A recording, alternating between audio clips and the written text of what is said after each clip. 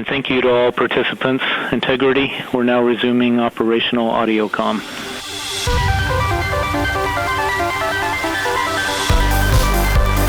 See the cab camera 2 light turn on. We are not streaming video, we're just getting a list. And Integrity Houston for Christina and toilet troubleshooting. Artemis Mission Control in Houston. Mission Control is go. The crew is go. You're getting a live view from Orion now of Earth. Start of the translunar injection burn that will send the crew around the moon, the first humans to do. We just got done our translunar injection burn, and it was pretty tense moments there. For a second, and when we got done that burn, we just kind of looked at each other as a crew. We have been to the moon before in 1968 through 1972. It's been a long time since we've been back. And I got to tell you, there is nothing normal about this. Sending 4 humans 250,000 miles away is a Herculean effort, and we are now just realizing the gravity of that.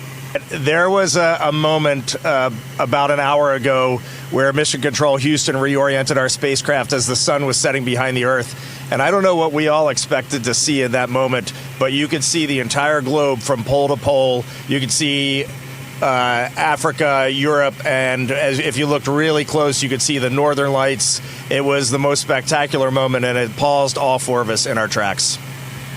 One of the biggest surprises was how smooth riding those solids was. We all expected a really just dynamic ride, a lot of motion. We were prepared to potentially not being able to see telemetry, maybe even not being able to, touch switches, and it was very smooth. It was a definite difference when they separated and we were just on the main engines, but just a steady rumble and a great ride. I'm the space plumber. I'm proud to call myself the space plumber.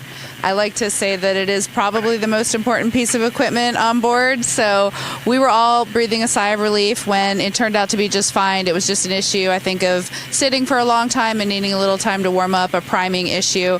But we did originally think that there could have been potentially something fouling up the motor, and luckily we are all systems go. About Space Today News. We started with some checkouts by the crew from both the water dispenser and the toilet. Those were successful, and ICPS then burned us with our perigee raise maneuver, got us in a stable orbit.